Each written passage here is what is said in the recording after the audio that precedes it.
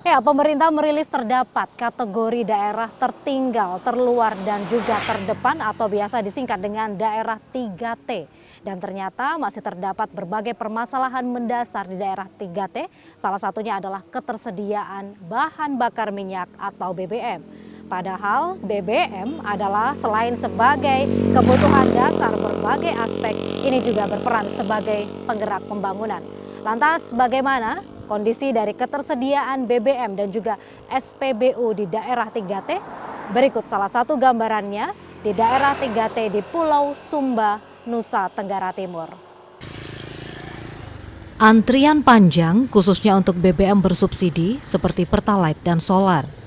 Berdasarkan data Pusat Statistik, Pulau Sumba dengan luasan 11.000 km persegi dan terdiri dari 4 kabupaten berjumlah penduduk sekitar 781.000 jiwa. Sementara itu, berdasarkan data dari Pertamina Patraniaga Jatim Bali Nusa Tenggara, jumlah SPBU di Pulau Sumba hingga awal Agustus ini terdapat sekitar 16 SPBU. Kondisi ini mengakibatkan satu SPBU harus melayani beberapa kecamatan. Salah satunya SPBU di Kecamatan Kodi, Kabupaten Sumba Baradaya, setiap harinya harus melayani kebutuhan BBM untuk warga 3 kecamatan, yakni Kecamatan Kodi, Kodi Balagar, dan Kodi Bangido. Setahu saya, dan bahkan saya sendiri merasakan, bahwa kami cari BBM itu sepertinya kami cari emas. Sangat sulit sekali, sangat sulit. Saking sulitnya kami berjam-jam, kami rela panas-panas matahari apapun kami lari ke Wetebula, bahkan kalau Wetebula habis kami lari ke Wekabuba waktu itu. Itu berjam-jam. Itu kami dari sini jam 4:30 pagi, pulangnya itu sampai malam, Bu. Dari 16 SPBU di Pulau Sumba, semua pemiliknya adalah badan usaha atau pengusaha yang mengajukan pendirian SPBU. Pertimbangan utama seorang pengusaha untuk mengajukan pendirian SPBU adalah adanya peluang keuntungan atau minimal pengembalian investasi pendirian SPBU-nya. Keuntungan pendirian usaha SPBU didukung oleh kemudahan akses pengiriman BBM, omset pembelian yang berkorelasi dengan jumlah penduduk dan tingkat pertumbuhan ekonomi.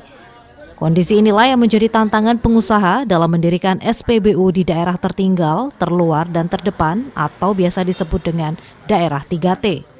Dan rilis dari Kementerian Desa Pembangunan Daerah Tertinggal dan Transmigrasi, 4 kabupaten di Pulau Sumba NTT seluruhnya masuk dalam kategori tertinggal. Memang kalau dari sisi usaha SPBU ini jangka panjang bagus, Bu. Tapi kalau kita omong bisnis-bisnis lain untuk di daerah, kita kan masih belum sama di Pulau Jawa. Jadi pendapatannya masih kecil, omsetnya kecil. Itu jangka panjang untuk ya istilahnya kita melayani dan kita juga bisa nikmati hari tua tuh. Melkianus Lubalu, pria asal Sumba Baradaya ini tak menampik. Minatnya mendirikan SPBU di daerah tertinggal berangkat dari keinginannya untuk membangun daerah. Sementara itu, Pertamina Patraniaga selaku badan usaha milik negara yang mengatur distribusi BBM pun mendorong pendirian SPBU khususnya di daerah tertinggal, terluar, dan terdepan dari berbagai pihak. Pengajuan pendirian pun bisa dilakukan secara online. Secara umum untuk pengajuan kemitraan SPBU yang reguler maupun kompak, mini itu bisa melalui kemitraan web kami dan semuanya sudah dilakukan melalui website secara online. Nah, tinggal dimasukkan di situ, nanti kita bisa proses di seluruh lokasi di Indonesia. Tapi kalau di luar dari itu, yang penting adalah pertama bagaimana kita melakukan pengecekan di lokasi yang memang layak untuk didirikan SPBU dan kemudian tentunya yang mengikutinya adalah perizinan-perizinan lokal ya di daerah ya, perizinan usaha seperti biasa.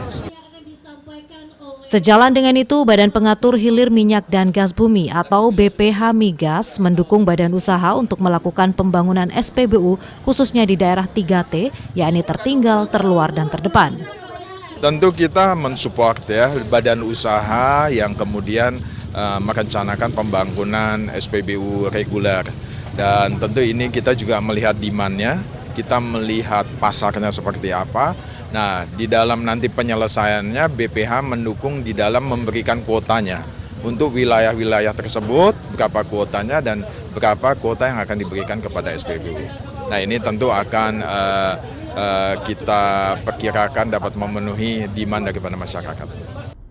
Selain dari keberadaan SPBU, kuota dari BBM sendiri juga diperlukan, khususnya BBM bersubsidi seperti Pertalite dan solar. Pertama, kuota itu sebetulnya sudah disesuaikan dengan demand wilayah di kabupaten, kota maupun provinsi. Bahwa operasional ini bisa saja terjadi ya, bahwa dari sisi pengiriman, dari sisi distribusi.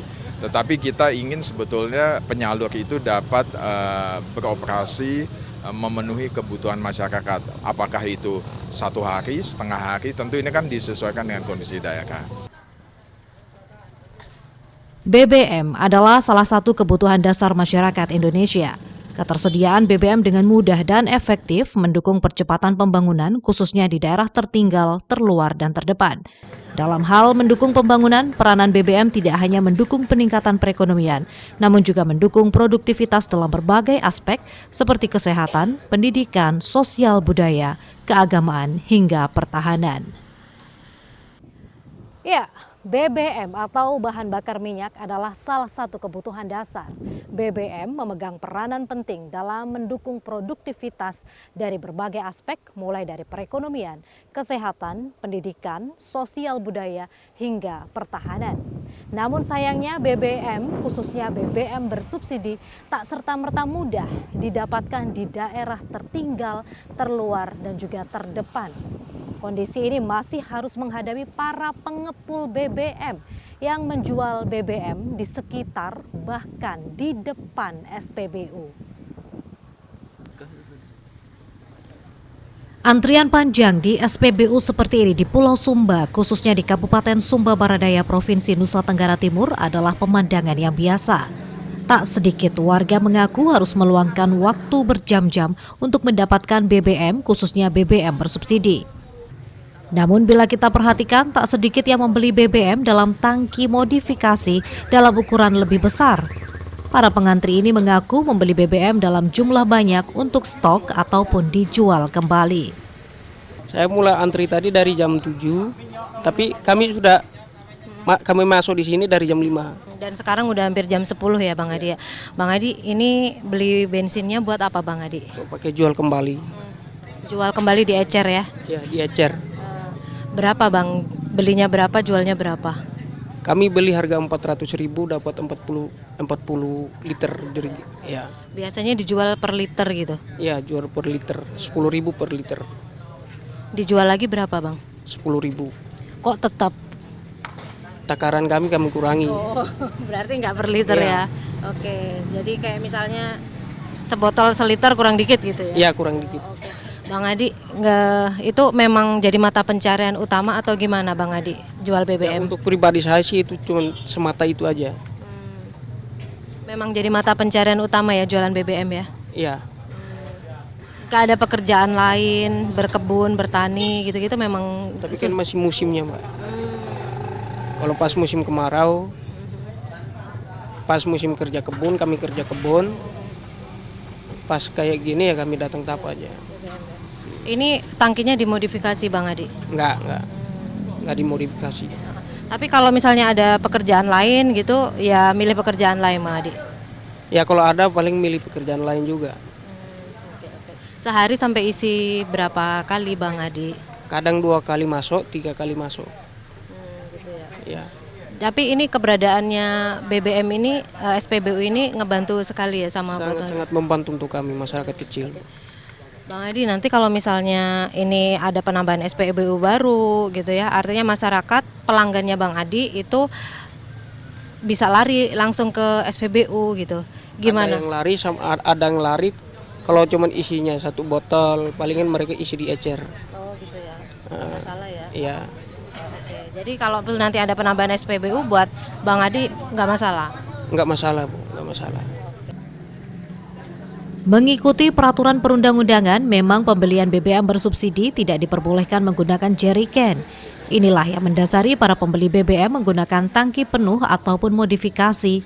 Yang menarik, tak jauh dari SPBU kita akan menemukan para pembeli BBM dalam jumlah banyak yang akan memindahkan BBM dari tangki ke jerrycan lalu kembali mengantri dengan tangki yang telah kosong. boleh cerita motornya dimodifikasi apa gimana Bang Yohanes? Ya dimodifikasi dengan pakai kompresor itu karena kalau kita isi dengan 16.000 standarnya motor 16 liter, berarti kita perjalanan jauh ini kan habis waktu, tenaga begitu terkuras untuk demi menyambung hidup buat anak istri, buat masyarakat di sana yang membutuhkan BBM begitu. Jadi memang jarak dari rumah sampai ke SPBU itu jauh, makanya dimodifikasi supaya muatannya ini lebih banyak dan juga didistribusikan juga ke masyarakat sekitar. Abang jual BBM juga? Iya, jual ini 1-2 liter lah, makanya yang lain kan pakai jalan, pakai turun di laut, pakai sampan begitu. Sampai ini ya? Turun juga karena di sini sumber daya manusia rendah. Karena kita pedalaman kode itu musiman hidup. Kadang jambu mente sekarang gagal panen. Ini yang kedua, ini padanya baru-baru gagal juga di kebun. Makanya kita supaya demi menyambung hidup buat anak istri ya pakai dengan cara begini. Berapa jam sampai sini biasanya? Ya kurang lebih 2 jam. Tanjakan Wahala gitu yang tanjakan paling tinggi itu kalau mungkin ibu lewat ke Bawana, Malando itu kan jalan tanjakan itu. Kadang-kadang kita kasih turun Jergen dulu baru kita naik bawah 2. Sebenarnya bagi para warga, keberadaan pengecer tak dipermasalahkan, khususnya bila membantu ketersediaan BBM untuk daerah yang jauh dari SPBU. Misalnya saya punya uang 10.000. Tinggalnya saya di Kecamatan Kodi Bengedo. Saya mau lari di Pertamina di sini, itu bensin yang keluar dari rumah saya ke datang di sini itu berapa liter, berapa cc yang habis. Sementara ada di tetangga saya yang jual eceran 10.000, tetapi hanya kurang sedikit dengan yang tempat dari Pertamina ini. Namun, pemandangan yang unik justru kami temukan di sekitar SPBU di Sumba Baradaya. Tak sedikit pengecer BBM yang menjual langsung di sekitar bahkan di depan SPBU. Bupati Sumba Baradaya pun membenarkan kondisi ini. Nanti kita akan dorong terus supaya aspek-aspek kehidupan lain akan tumbuh sehingga nanti mata pencarian tidak hanya menjual eceran, ya. Sembari juga kita dorong supaya Pertamina juga suatu saat dorong betul stoknya sehingga mereka ini akan tersingkir. Tapi juga kita berdoa ada sisi lain yang menjadi aktivitas mereka untuk mendapatkan income. Itu pada posisi itu pemerintah. Sekali-sekali kami operasi, tapi sembari juga kami refleksi, ya harus ada titik tumbuh lain. Apa yang terjadi di Sumba Baradaya, Nusa Tenggara Timur ini menjadi cerminan nyata di negeri ini. Bagaimana BBM, khususnya BBM bersubsidi, belum bisa didapatkan mudah dan justru harus menjadi komoditas niaga. Ya, salah satu solusi dari permasalahan susahnya akses BBM ini adalah dengan mendirikan lebih banyak SPBU. Meskipun SPBU yang didirikan ini adalah SPBU darurat, maka ini akan membantu masyarakat khususnya masyarakat daerah 3T, tertinggal, terluar, dan juga terdepan untuk lebih mudah mendapatkan akses BBM.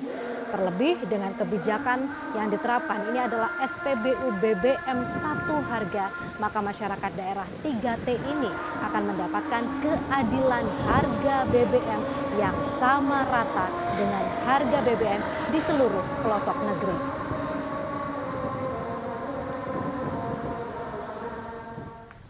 BBM atau bahan bakar minyak menjadi salah satu kebutuhan dasar dalam berbagai aspek pembangunan.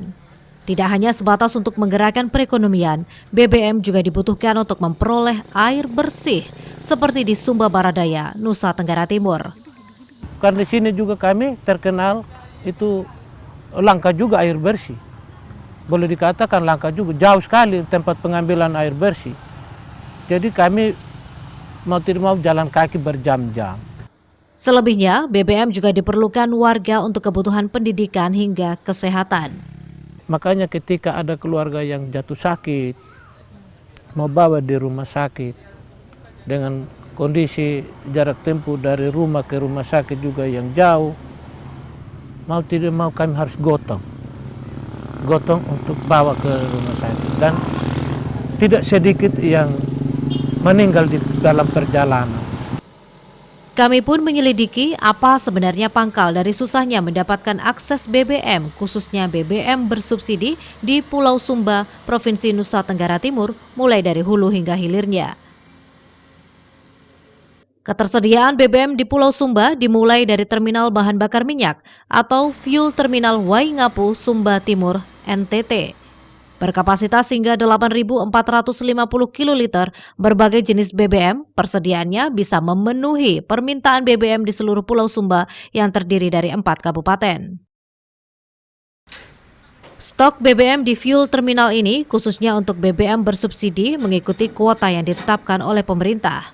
Setiap daerah mendapatkan kuota berdasarkan usulan yang disampaikan oleh masing-masing pemerintah daerah hingga berikutnya mendapatkan persetujuan dari pusat.